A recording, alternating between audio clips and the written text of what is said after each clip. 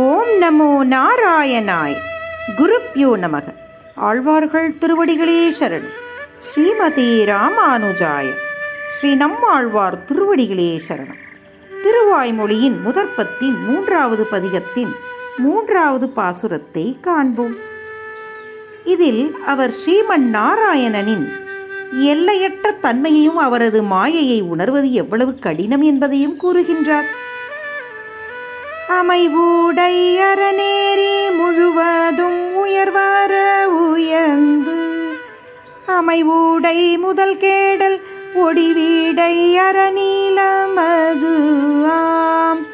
அமைவுடை அமரரும் யாவையும் யாவரும் தானாம்.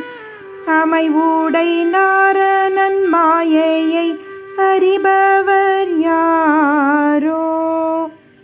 அமைவுடை அறநெறி, அதாவது தர்மங்களை சரிவர செய்தாலே பலன் கிட்டும், அதுபோல உள்ள அனைத்து விதமான உயர்ந்த தர்மங்களை விட உயர்ந்தவனாகவும், அமைவுடை முதல் கெடல் என்றால் சிருஷ்டிப்பது, முதல் தோன்றுவது, ஆக்கல் என்ற செயல்.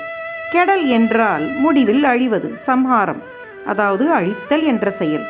இவ்விரண்டிற்கும் நடுவில் காத்தல் அல்லது ஒடிவு இடை, நடுவிலேயே அழித்தல் என்று இவ்வுலகில் உள்ள சத் சித்தாக அழியும் அழிவற்றவனாகவும் அனைத்துமாக இருப்பது அவனே என்றும், அமைவுடை அமரரும் சிறந்த அறிவு புத்தி மற்றும் நற்குணங்களை கொண்டு அழிவற்ற தன்மை கொண்ட அமரர்கள், பிரம்மா மற்றும் அனைத்து தேவர்களுக்குள்ளும் அந்தர்யாமியாக இருந்து செயலாற்றுபவனும் அவனே என்றும், இவ்வாறு எல்லாவற்றிலும் எல்லாவற்றை விட உயர்ந்தவராக திகழும் நம் ஸ்ரீமன் நாராயணனின் லீலைகளை, மாயையை உணர்ந்தவர் தெரிந்தவர் எவரும் இல்லை என்கின்றார்.